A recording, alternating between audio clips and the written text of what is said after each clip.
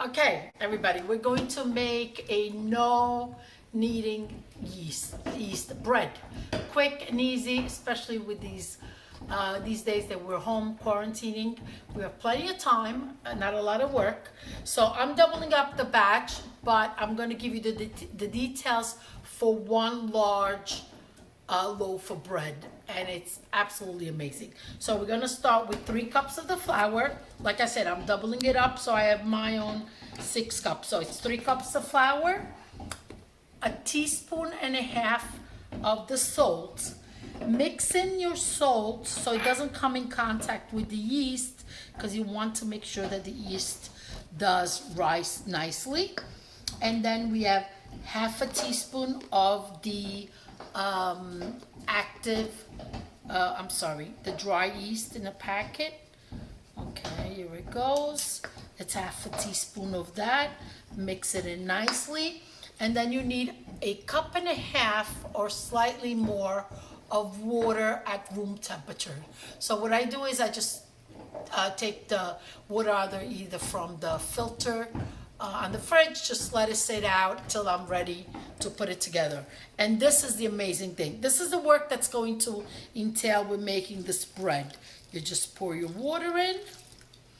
I don't even like to get my hands all sticky, just to make it super, super easy.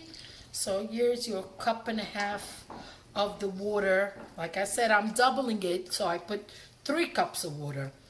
And you're going to gently fold in the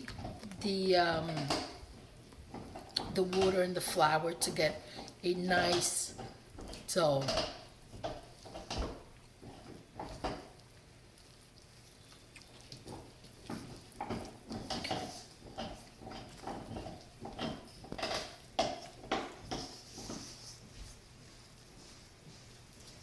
Now don't go crazy that it needs to be smooth, because it doesn't. It just needs to get, all the liquid needs to get absorbed into the flour.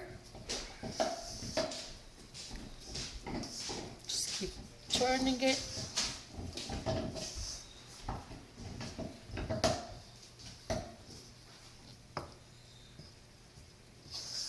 Okay, and that's it. Good morning. Okay, here we are, over 10:30 here in New Jersey. Over, let's say 15 hours, 16 hours have passed, and here's the double batch of the bread. What I'm going to do now is just sprinkle my board, my granite counter exactly, and get it all. All right, with the help of spatula, I find it easier, so I can get the bowl really, really. See, it's all nice and bubbly, and it opened up beautifully. Okay, I'm going to cut it in half as best as I can.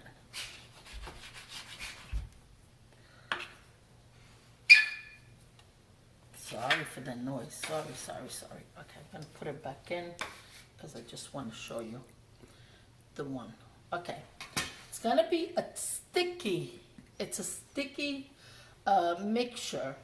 And what you want to do is not add so much of the flour, but just you want to try to, that's it. Pretty much that's it. You want to fold it together.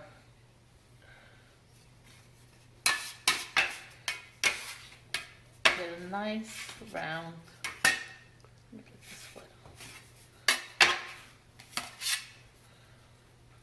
Get a nice, we say in Italian, nice panetto.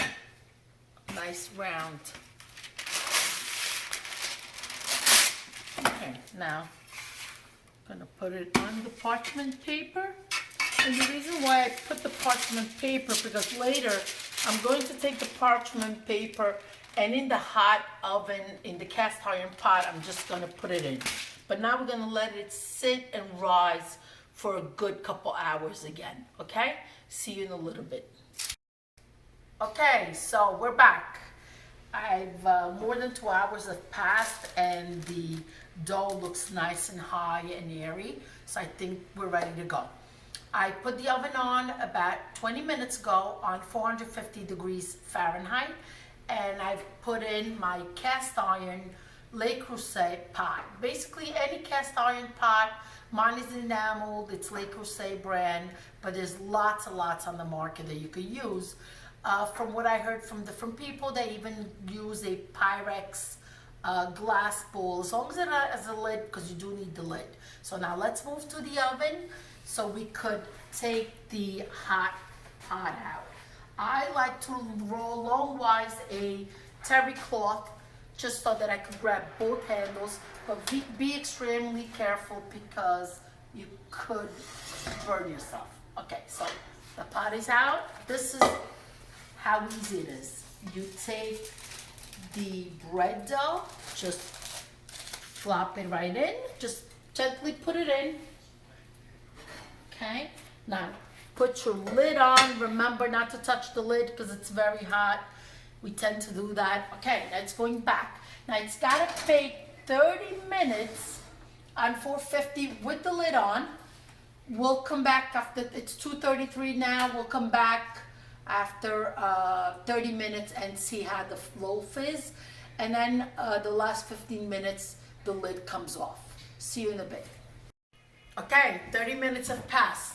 3:04, 31 minutes. I'm ready to pull the bread out just so that you could see, remove the lid and put it back in. Okay, let's look. Wow. Okay, it's looking good. Now it goes back in to get nice and golden brown. Remember yesterday I talked about I made 2 of the breads, where here's the other one I baked. I am going to slice it so you could see what it looks like inside. And I'm sure a lot of people are wondering, can you do alternative? You could also put a cup and a half of water and 1/4 cup of oil and add in anything you want. You could add rosemary and garlic. You could add Kalamata olives. You could even chop up some prosciutto and cheese and put it in. I would put any other ingredient the second time you are letting the bread rise. So like that, it gives a chance to get well incorporated. But the trick is not to work with the bread so much.